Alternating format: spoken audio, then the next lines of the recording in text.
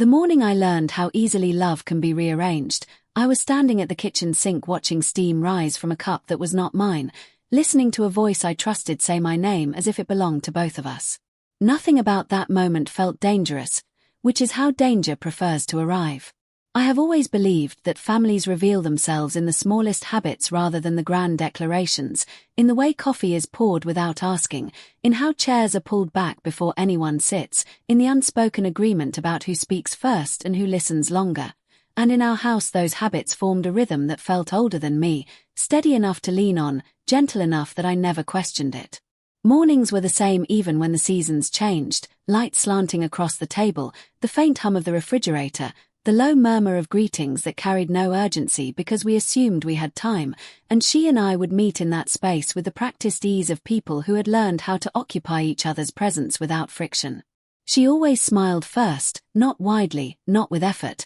but with the kind of familiarity that suggested history rather than performance, and I returned it because there was no reason not to, because it felt natural to ask how she had slept and to listen when she answered, because families, I thought, were built on this kind of benign attention that required no vigilance. I was good at that role, at remembering details and holding them carefully, at smoothing conversations when they snagged, at being the one who absorbed tension so others could continue as if it had never existed. And I did this not out of obligation but because I had been raised to believe that stability was a form of love. If anyone had asked me then to describe our family, I would have spoken about generosity before anything else, about how no one was ever left behind in decisions or celebrations, about how we prided ourselves on discussing everything openly even when it was uncomfortable, and I would have meant it sincerely. There were disagreements, of course, but they were managed with reason, with a kind of calm discourse that made us feel superior to the families who communicated through raised voices or long silences,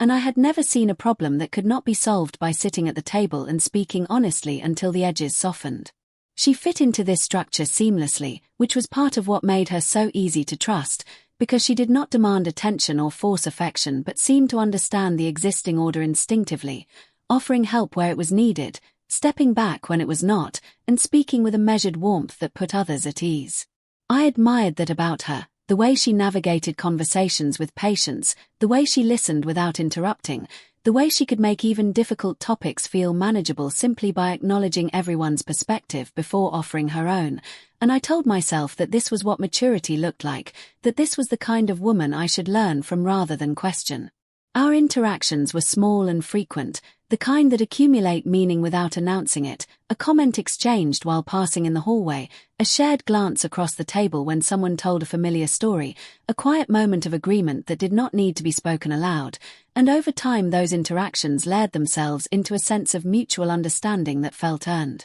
I knew what she liked for breakfast and she knew which mug I reached for without thinking, and these details seemed to confirm what I already believed, that we were aligned not just by circumstance but by choice. When the family gathered in the evenings, the conversations drifted easily, moving from practical matters to memories to plans that extended just far enough into the future to feel hopeful without becoming abstract, and I often found myself listening more than speaking, content to observe the dynamics at play, the way decisions emerged through consensus rather than conflict. I was aware, even then, that I occupied a particular place within this structure, that I was often the one who deferred first, who volunteered to adjust when adjustments were needed, and I did not resent it because it felt like a contribution rather than a sacrifice. The first change arrived disguised as a reasonable request, framed carefully so that it appeared to distribute responsibility rather than reassign it, and when it was presented, no one looked at me with anything resembling expectation or pressure,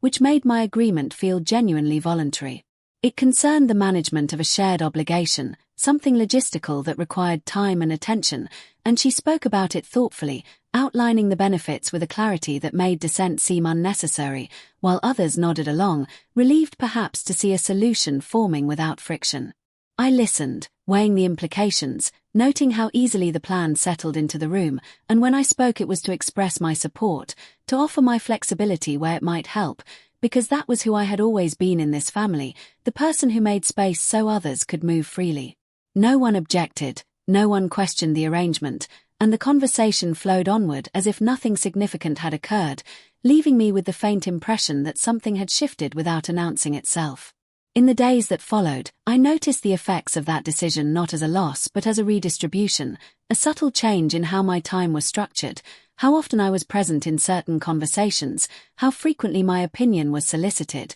and I told myself that this was simply the natural evolution of roles, that families, like all living systems, adapted according to need. She thanked me more than once for my willingness to help, her gratitude sincere enough that I felt reassured, and when she spoke to others about the arrangement, she framed it as a collective effort, emphasizing how well we worked together. There was no malice in any of this, no sharp edges or raised voices, only the quiet efficiency of a system that had found a new equilibrium, and I accepted it because I had always trusted that this family would not ask more of me than was fair. I continued to wake early, to prepare breakfast, to listen and to remember, to absorb small tensions before they could grow, and each morning she and I greeted each other with the same warmth as before, our exchanges unchanged on the surface, our smiles unforced and familiar. If anything, I felt a sense of pride in how smoothly everything functioned, in how we managed to navigate change without conflict, and I carried that pride with me as I moved through the day, unaware that comfort can be as instructive as pain, that it teaches us what we are willing to overlook in order to preserve it. I did not yet understand that harmony can be curated, that it can depend on certain people yielding more often than others, or that gratitude can coexist with imbalance without revealing itself immediately. That evening, as we gathered once more around the table, the conversation returned briefly to the decision we had made, and someone remarked on how fortunate we were to handle things so sensibly, how rare it was to see a family operate without resentment, and I smiled in agreement, feeling seen and valued in that moment. She met my eyes across the table and nodded, a small gesture of acknowledgement that seemed to seal our shared understanding, and I believed, without hesitation, that we were working toward the same goal, that whatever adjustments were required, they served a collective good that included me. When I went to bed that night, the house quiet around me, I replayed the day with the calm satisfaction of someone who feels aligned with her world,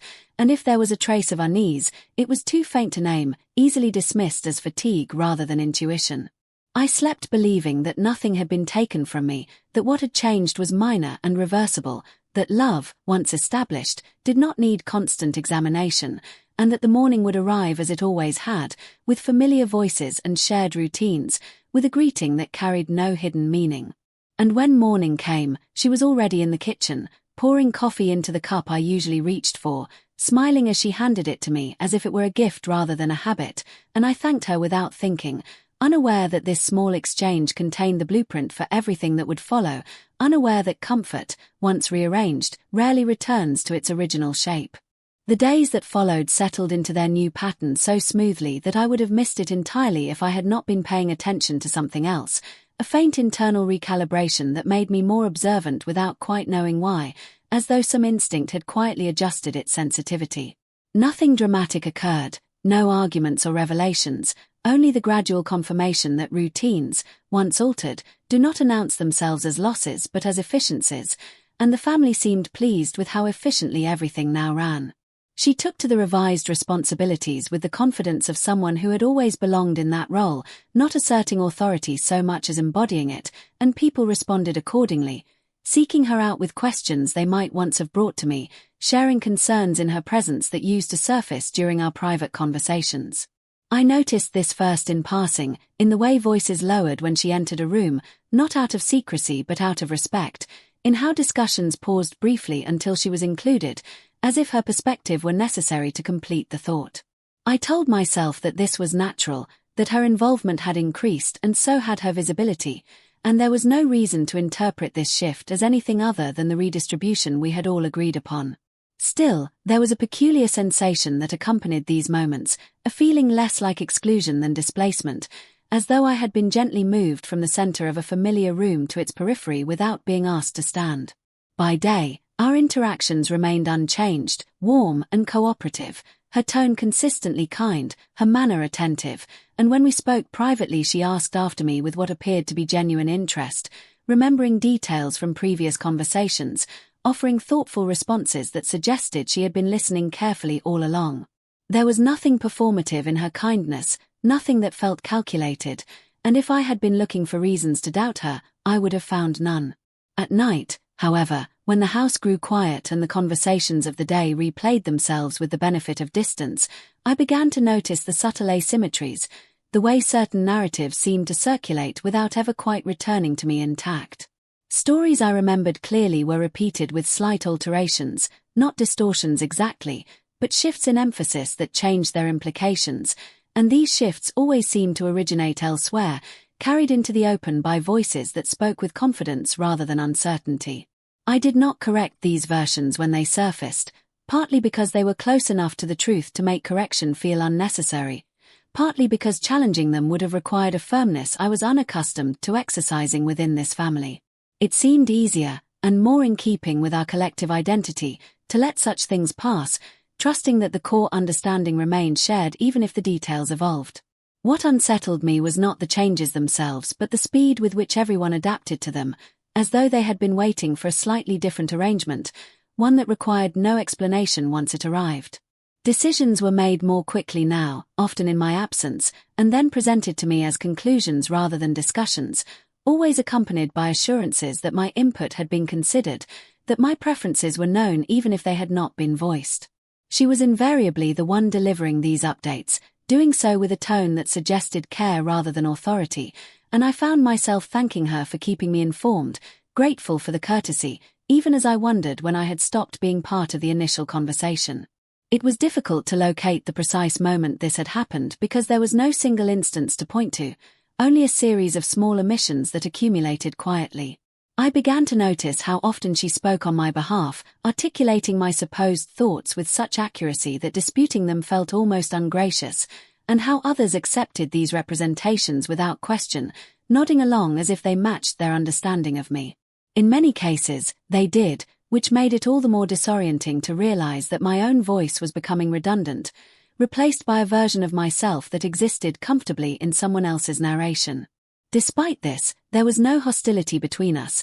no tension that demanded resolution, and when we found ourselves alone together, the ease returned immediately, our conversations flowing as they always had, touching on ordinary topics with a familiarity that reassured me. She laughed easily, listened attentively, and never once gave me reason to suspect that she viewed our relationship as anything other than collaborative, and I clung to this normalcy as evidence that my unease was misplaced. Yet there were moments, fleeting but persistent, when I caught a glimpse of something else, not in her expression but in the effect she had on the room, the way conversations seemed to orient themselves around her presence even when she was silent. It was as though she had become a fixed point, a reference against which other perspectives were measured, and I wondered when that had happened, how authority could accumulate without announcement. One evening, after a long day, I entered the living room to find a discussion already underway, voices lowered in concentration, and I paused at the threshold, waiting for a natural opening.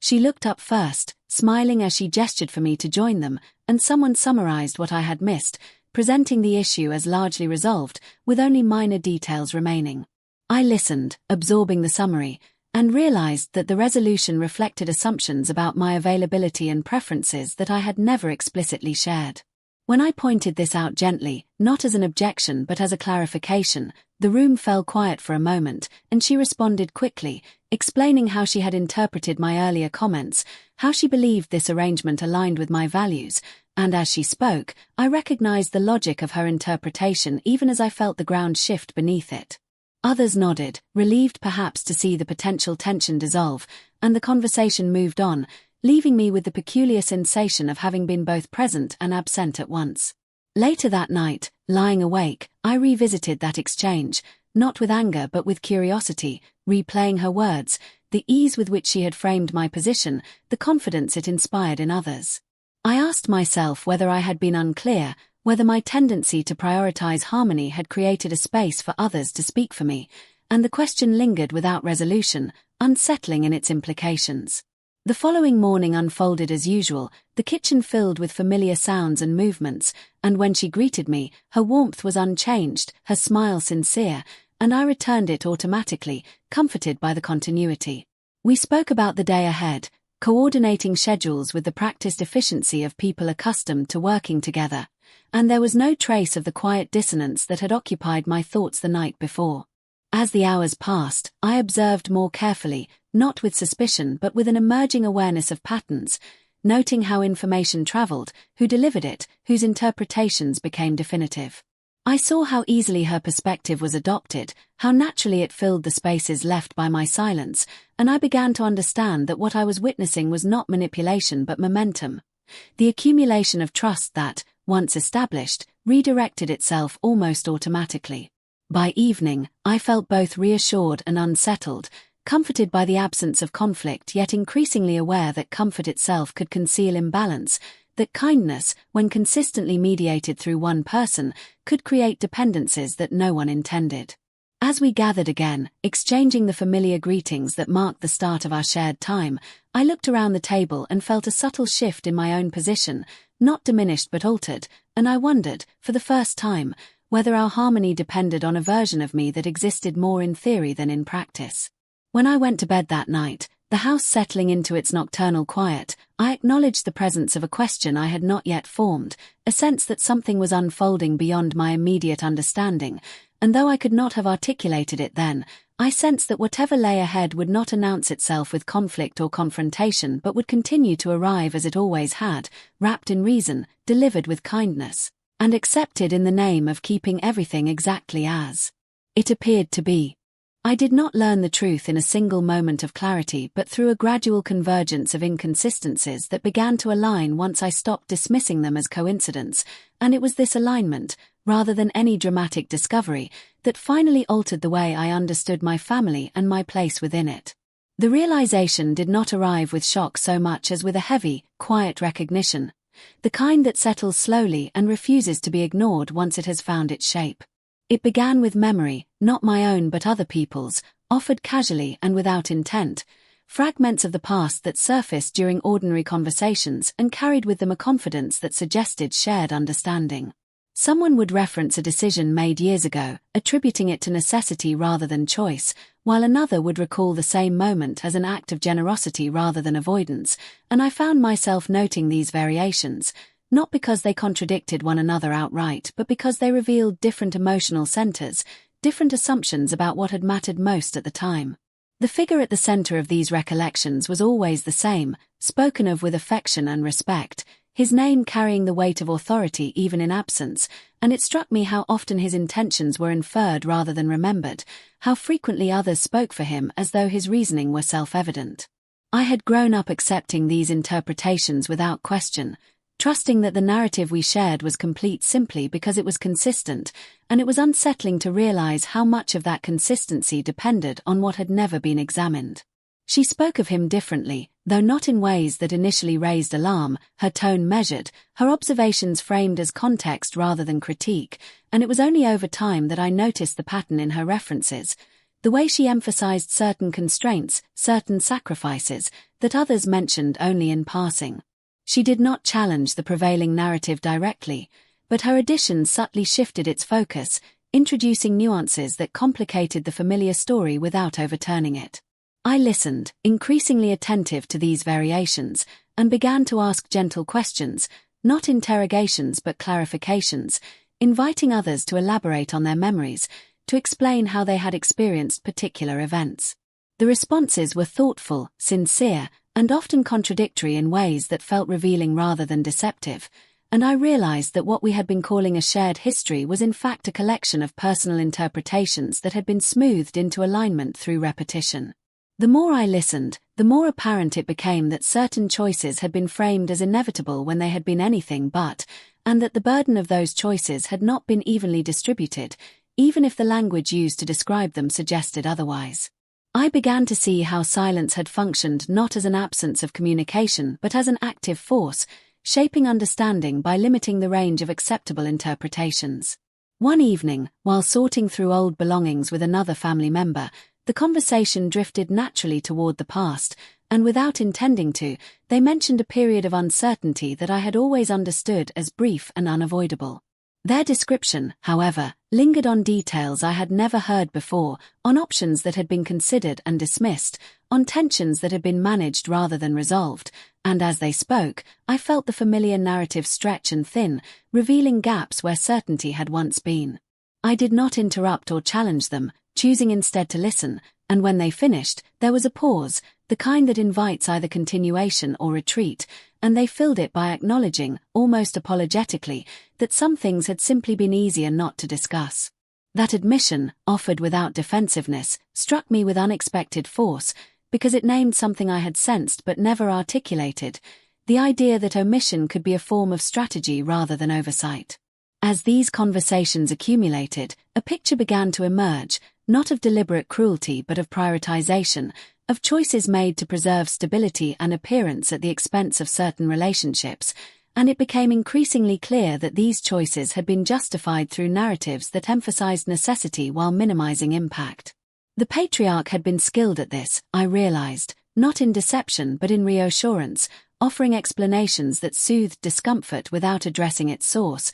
and those explanations had been accepted because they allowed everyone to move forward without conflict. What unsettled me most was the recognition that I had inherited not just the benefits of those choices but their logic, that my own tendency to smooth over tension, to accept adjustments in the name of harmony, mirrored the very patterns that had caused harm in the past. This realization did not provoke anger so much as a profound sense of responsibility, a recognition that understanding alone was insufficient if it did not lead to change. The final piece fell into place during a quiet conversation with her, one that unfolded without agenda or confrontation, in which she spoke about the past with a candor that felt both restrained and deliberate. She did not accuse or dramatize but described her experience as one shaped by waiting, by being asked to understand repeatedly, by being told that certain sacrifices were temporary even as they became permanent. Her words were careful, her tone controlled, and it was in this restraint that I recognized the depth of what had been withheld.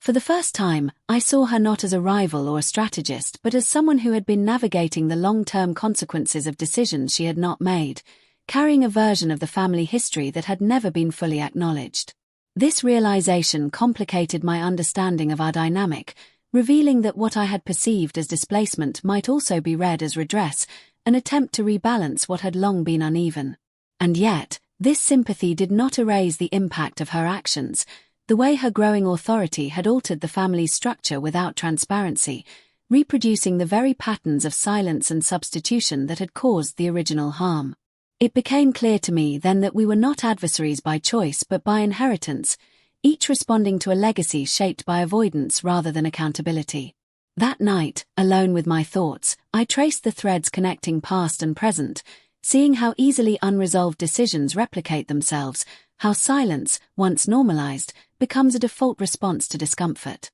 I understood then that the truth I had uncovered was not a weapon to be wielded but a responsibility to be handled with care, because exposing it outright would not correct the imbalance but merely redistribute it, creating new fractures without addressing the underlying logic that sustained them. The desire that took shape in me was not for confrontation but for recalibration, for a restructuring that would allow the family to function without relying on unspoken sacrifices, and I recognized that achieving this would require patience, restraint, and a willingness to step outside the familiar role I had played for so long. Revenge, as it formed in my mind, was not about punishment but about interruption, about breaking the cycle of silence by refusing to participate in it any longer. By the time I went to bed, the truth had settled into me with a clarity that left no room for denial, and though I did not yet know how I would act on this understanding, I knew that the equilibrium we had maintained was no longer sustainable. The family's harmony, I realized, was not fragile because of conflict but because of the effort required to keep certain realities unspoken, and once those realities were seen clearly, there was no returning to the comfort of not knowing, only the difficult work of deciding what would replace it. Once I understood that silence had been the family's most carefully protected inheritance, I stopped trying to disrupt it with words and began instead to withdraw my participation from the mechanisms that kept it intact, not abruptly or dramatically, but with the same restraint that had governed every significant change in this household. I did not announce any new intentions or declare boundaries, because declarations invite negotiation, and I had learned that negotiation within this family often resulted in the quiet reassignment of responsibility rather than genuine change. My first adjustment was internal, a deliberate recalibration of what I considered mine to manage, and this shift altered my behavior in ways that were subtle enough to escape immediate notice but significant enough to change outcomes. When conversations drifted toward decisions that assumed my flexibility, I listened without stepping in to smooth the process,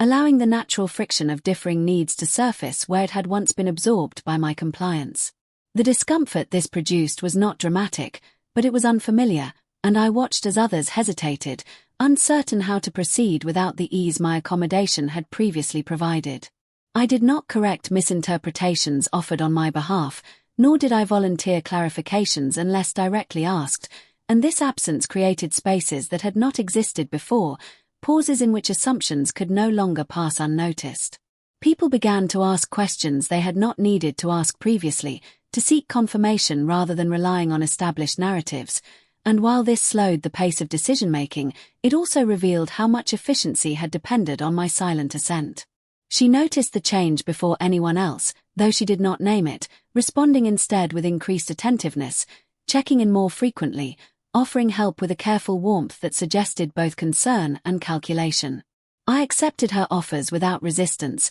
neither rejecting nor leaning into them, and this neutrality seemed to unsettle her more than refusal would have, because it offered no clear signal to respond to. In group settings, I became more reserved, not withdrawn but selective, choosing when to speak rather than filling the space by default, and this shift altered the dynamic in ways that were immediately perceptible. Without my steady presence as a mediator, conversations became less streamlined, perspectives diverged more openly, and the role she had assumed as the family's interpretive center became more demanding, requiring constant engagement rather than effortless authority. I watched as she worked to maintain coherence, reframing comments, offering context, smoothing over emerging tensions, and in doing so, she exposed the labor that had previously been distributed invisibly, revealing how much effort it took to sustain the appearance of unanimity. Others began to sense this strain, not attributing it to her actions but recognizing the increased complexity of our interactions,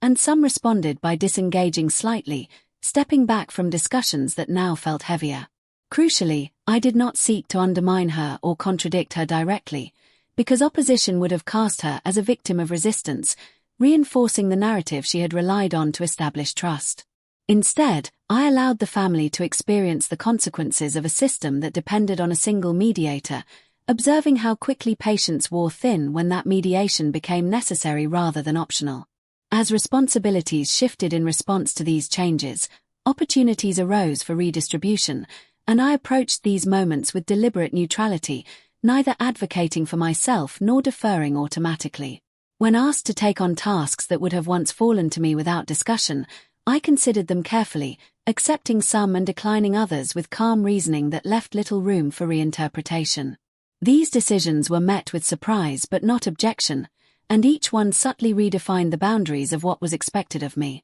She adapted by stepping further into the gaps, her involvement deepening, her influence expanding in ways that were visible now rather than assumed, and it was in this visibility that the family began to reassess their reliance on her perspective. The more she spoke for the collective, the more others noticed the specificity of her interpretations, the way her framing reflected her experience rather than a neutral consensus, and while this did not diminish her credibility immediately, it introduced a note of discernment that had previously been absent. Over time, small fractures appeared, not in relationships but in the narrative itself, as people began to recall events differently, to voice uncertainties they might once have suppressed, and these expressions were no longer smoothed away before they could take shape. The family did not become contentious, but it became less certain, and this uncertainty disrupted the comfort that had allowed silence to function so effectively. The pivotal moment arrived not as a confrontation but as an omission, when a significant decision was made without her involvement, not out of exclusion but because others had begun to recognize that shared authority required shared responsibility. I learned of this decision after the fact, as did she, and the symmetry of that realization marked a turning point, because it demonstrated that influence, once concentrated, could also disperse without resistance when the conditions supporting it changed. Her response to this shift was measured, her composure intact, but I sensed the recalculation beneath it, the recognition that the role she had inhabited was no longer guaranteed by default. She sought me out later, not to accuse but to inquire, asking whether I felt things had changed, and I answered honestly without elaboration, acknowledging that adjustments were inevitable when understanding deepened, and leaving it at that. That night, reflecting on the progression of events, I recognized that what I was enacting could be called revenge only if one understood revenge as the deliberate withdrawal of enabling behaviors, the refusal to perpetuate a system that relied on imbalance for its stability. There was no satisfaction in this process, no sense of triumph, only a steady resolve to allow the family to confront itself without my intervention, to experience the weight of choices that had long been softened by silence. By stepping back, I had not destroyed the family's harmony but revealed its dependencies, and in doing so, I had created the conditions for a different kind of resolution, one that would require acknowledgement rather than avoidance. I understood then that the final reckoning would not be loud or punitive but intimate and precise, and that when it arrived, it would do so not as an act of aggression but as an inevitable consequence of clarity, leaving no room for denial and no need for further intervention on my part. By the time the family reached what everyone else would later describe as a natural resolution, I had already accepted that nothing about it would feel dramatic from the outside, because reckoning rarely announces itself with spectacle when it has been postponed for decades, and instead arrives with the quiet certainty of something that has finally run out of room to be avoided.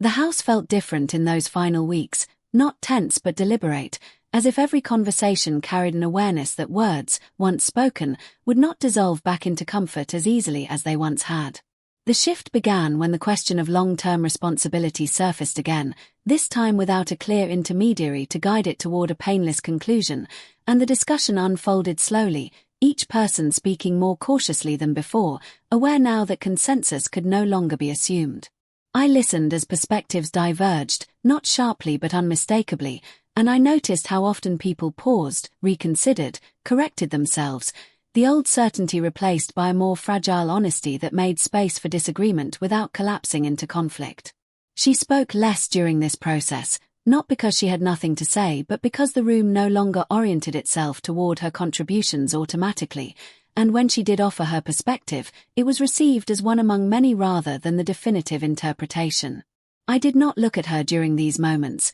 choosing instead to observe the broader shift taking place, the way authority redistributed itself when no one stepped in to centralize it, and I felt neither vindication nor relief, only a steady awareness that this was the necessary consequence of refusing to continue as before. The conversation extended over several days, returning and receding, gathering texture as more memories surfaced, as people acknowledged uncertainties they had once smoothed over, and in this gradual unraveling, the patriarch's legacy was finally examined without the protective framing that had shielded it for so long. No one spoke of him with anger, but the reverence softened, making room for complexity, and it was in this complexity that the truth settled, undeniable now because it was shared rather than imposed. When the moment came for me to speak directly, it was not planned or orchestrated but prompted by a question that could no longer be deflected, and I answered it plainly, not recounting events or assigning blame but articulating the pattern I had come to recognize, the way silence had been used to preserve stability at the cost of fairness,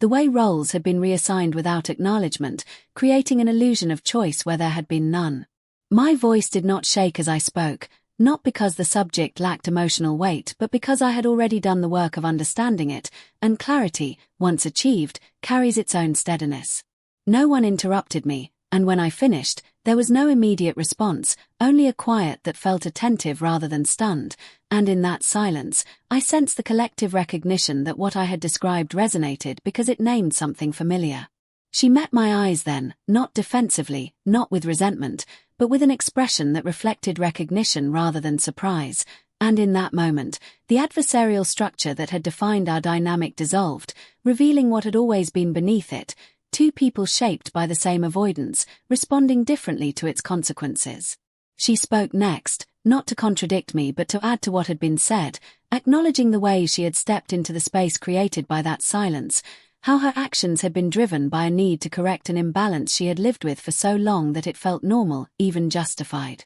There was no apology in her words, and none was demanded, because the purpose of this reckoning was not absolution but understanding, and as she spoke, the family listened with a patience that suggested they were finally prepared to hear what had been withheld. The resolution that followed was not a single decision but a reconfiguration, a deliberate redistribution of responsibility, authority, and care that reflected the truths now acknowledged rather than the narratives that had once concealed them. Roles were clarified, expectations articulated, And for the first time, boundaries were established without being disguised as compromises, and this clarity, though less comfortable than the old harmony, felt sustainable in a way the previous arrangement had not. In the days that followed, the atmosphere in the house grew quieter but not heavier, marked by a kind of cautious respect that allowed each person space to adjust to the new reality without rushing toward reassurance. She and I continued to greet each other in the mornings, our exchanges still polite, still warm, but stripped now of the unspoken competition that had once animated them, and in its absence, there was a surprising ease, a recognition that we no longer needed to navigate each other as obstacles. My revenge, if it could be called that, was complete not because she had lost something tangible but because the system that had enabled quiet harm could no longer function, dismantled not by exposure but by refusal, by the simple act of no longer absorbing what was never meant to be mine. I did not leave the family, nor did I claim a central position within it, but I stepped into a place defined by choice rather than expectation, and that distinction changed everything. The family did not fracture, as some might have predicted, but it did change, becoming less efficient and more honest, less harmonious and more real, and while this transformation came with discomfort, it also brought a sense of relief that no one had anticipated. Conversations became slower, decisions more deliberate, and the absence of silent accommodation made room for a different kind of connection, one grounded in acknowledgement rather than assumption. As time passed, the story of what had happened settled into a shared understanding, no longer whispered or avoided, and though it was not retold often, its presence shaped the way we interacted, a quiet reminder of the cost of silence and the responsibility that comes with clarity. I carried this understanding with me as I moved forward, not as a burden but as a guide, aware now of how easily love can be rearranged when comfort is prioritized over truth. The ending, when it arrived, was not marked by a final conversation or a dramatic departure but by a sense of completion that made further explanation unnecessary, because everything that needed to be said had been said, and everything that needed to change had already begun. I remained part of the family, but no longer as its stabilizer, no longer as the quiet recipient of unacknowledged sacrifice, and in that shift, I found a freedom that did not depend on anyone else's recognition. We still greeted each other every morning, but now we did so without pretense, fully aware of what had once been hidden, and in that awareness, there was no longer an enemy to confront by night, only the ongoing work of choosing honesty over ease, a choice that, once made, reshaped not just the family we were but the people we became.